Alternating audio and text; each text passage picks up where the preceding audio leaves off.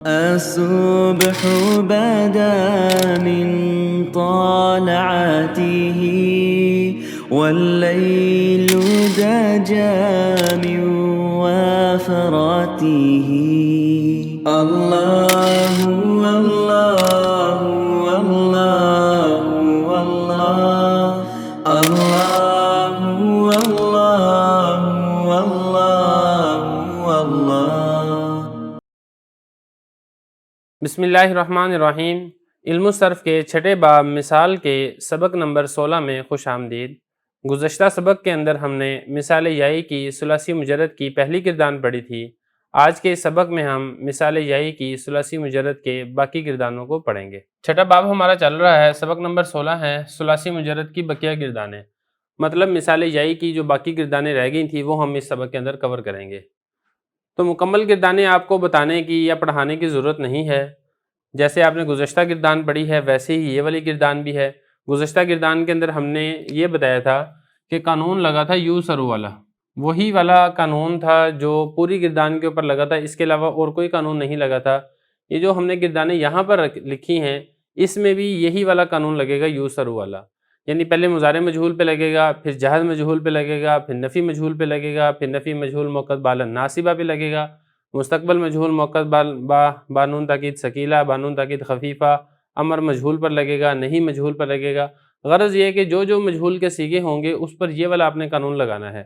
یہ ایک قانون آپ لگا لیں اور جس گردان میں لگے گا نا اس پوری گردان کے اوپر یہ ایک ہی قانون لگے گا، اس کے علاوہ اور کوئی قانون نہیں لگے گا. بہرحال ہم پھر بھی تھوڑا سا یہاں پہ سمجھ لیتے ہیں.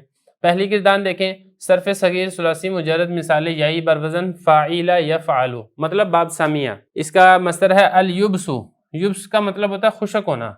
گردان دیکھیں، یابیسا یئی باسو یوبسن فہوا یابسن و یوبیسا یو باسو.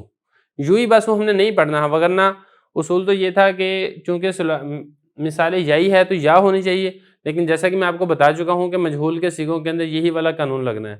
تو جہاں جہاں پہ مجہول کا صیغہ آئے گا گزشتہ سبق کے اندر آپ نے جیسے پڑھ لیا ہے ان تمام مجہول کے صیغوں کے اوپر آپ یہی والا قانون لگا دیں گے، آپ کی گردان مکمل آسانی سے یاد ہو جائے گی. اگلا باب دیکھیں، صرف صغیر ثلاثی مجرد مثال یائی بروزن فعل یفعلو، یہ باب فتحہ ہے. اس کی مثال ہے الینعو. ینع کہتے ہیں میوے کا پکنا، کوئی پھل ہو وہ پک جائے اس کو کہتے ہیں ینعو. اس کی گردان دیکھ لیں، ینع یینعو ینعن فہو یانعن. یہ دیکھیں بابے، جو فا کلمہ ہے فا کلمہ کے مقابلے میں یا آ رہا ہے، ہر جگہ پہ فا کلمہ کے مقابلے میں یا آ رہا ہے کیونکہ یہ مثال یائی ہے. تو یہاں پر بھی ایسے وَيُنِعَ یونعو، صرف ایک ماضی کے مجہول میں یہ والا قانون نہیں لگے گا.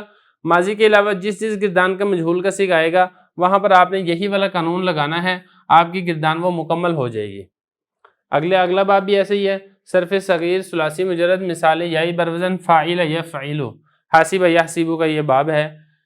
اس کے مثال ہے الیتمو. یتم کہتے ہیں یتیم ہونا، تو بچہ یتیم ہو جائے اس کا مصدر ہے الیتمو. اس میں دیکھ لیں، یتیمہ یتیمو یتمن فہو یتیمن. فرق ایک اور فرق بھی ہے یہاں پہ کہ اس کا اسم فاعل نہیں آئے گا بلکہ اسم فاعل کی جگہ پر صفت مشبہ آئے گا، اور صفت مشبہ بھی آ جاتا ہے اسم فاعل کی جگہ پر، جیسا کہ ہم پیچھے آپ کو پڑھا چکے ہیں. تو یہاں پر بھی ایسے ہی ہے، صرف ماضی مجہول میں نہیں لگے گا.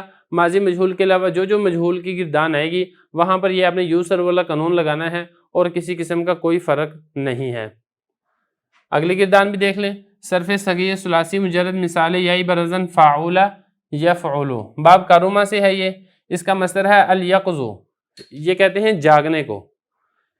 اس کی گردان دیکھ لیں، یقوزا یقوزو یقظن فہو یقیزن. اس میں بھی یہی فرق آ رہا ہے کہ اس کے اندر بھی اسم فاعل نہیں ہے بلکہ اسم فاعل کے بدلے میں صفت مشبہ ہے.